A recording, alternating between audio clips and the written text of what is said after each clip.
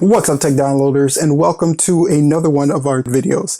Today we're going to go over really quickly the differences between the iPhone XS Max and the iPhone 8 Plus. Now, if you enjoyed the video, please go ahead and hit that subscribe button down at the bottom. It definitely supports the channel, and we truly do appreciate it. Now let's get right into the video.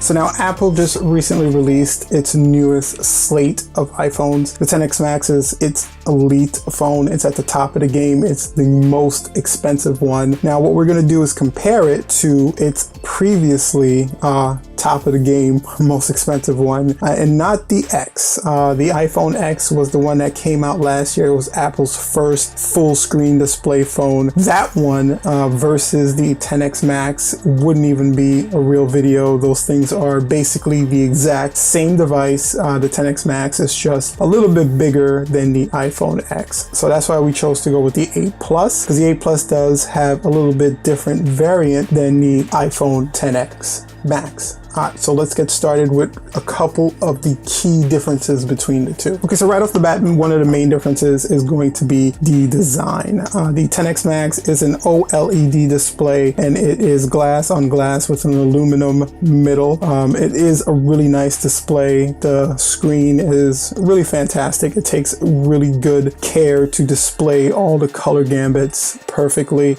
With the exception of this notch at the top, you're fully immersed into the screen itself. It's probably one of their most ambitious designs, but it does work, and Apple does take advantage of all of the real estate as much as possible. The phone itself is symmetrically well designed, with the exception of it wobbles a little bit when you have it on flat surfaces, but that's about it. With the 8 Plus, one of the main differences between that and the XS Max is going to be the bezels. So right off the bat, you see that there's a bezel on top and a bezel on bottom versus a full screen display. So those are two of the main differences that you're going to see between the phones, and it's going to be the major difference between the phones. As I get into more of the specs of the phones, you're going to see that they don't differentiate too much. Like for instance, even in weight, the Max weighs about maybe 0.2 or 3 ounces more than the 8 Plus. The Max's battery life is about an hour more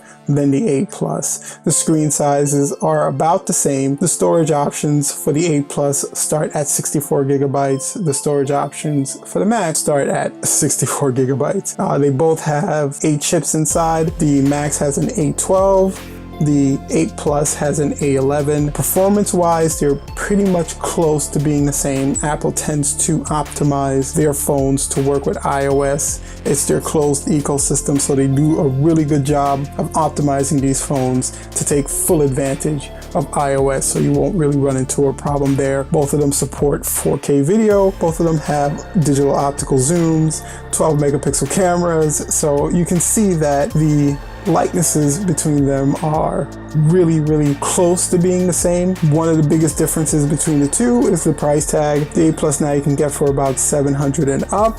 The XS Max, you're going to be paying over $1,000 no matter which variant you really start to go with. So it really does fall on the average consumer and for small business owners to decide whether the XS Max is really something you want to upgrade to, because it is an expensive device. It's a device that's going to be, you're going to be paying for a little while.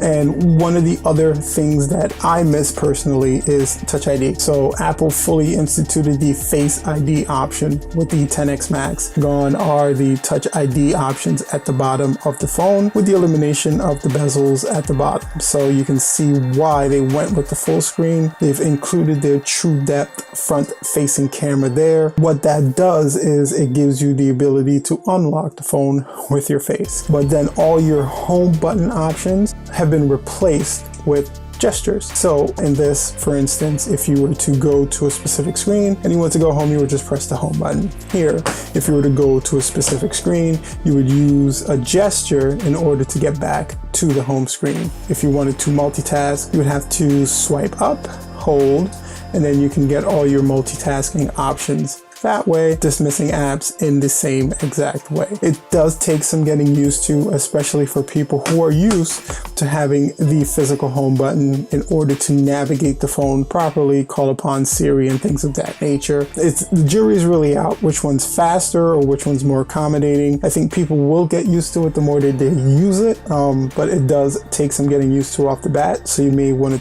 throw that learning curve into your consideration on whether you would purchase the phone or not. Other than that, there were some issues with the charging of the iPhone X you may have heard of, and some issues with the front-facing camera smoothing people's selfie pictures out too much. Those have already been addressed with an update to iOS 11 by Apple. Another benefit of having iPhones is that Apple does release updates fairly quickly. Any issues can be resolved usually via software update, and they're pretty good at pushing those out to the phone. So really, when it comes down to it, it's a decision of which phone kind of suits what you're looking for. You can consume a lot of media with a full screen. This is the most updated, it's the best iPhone on the market.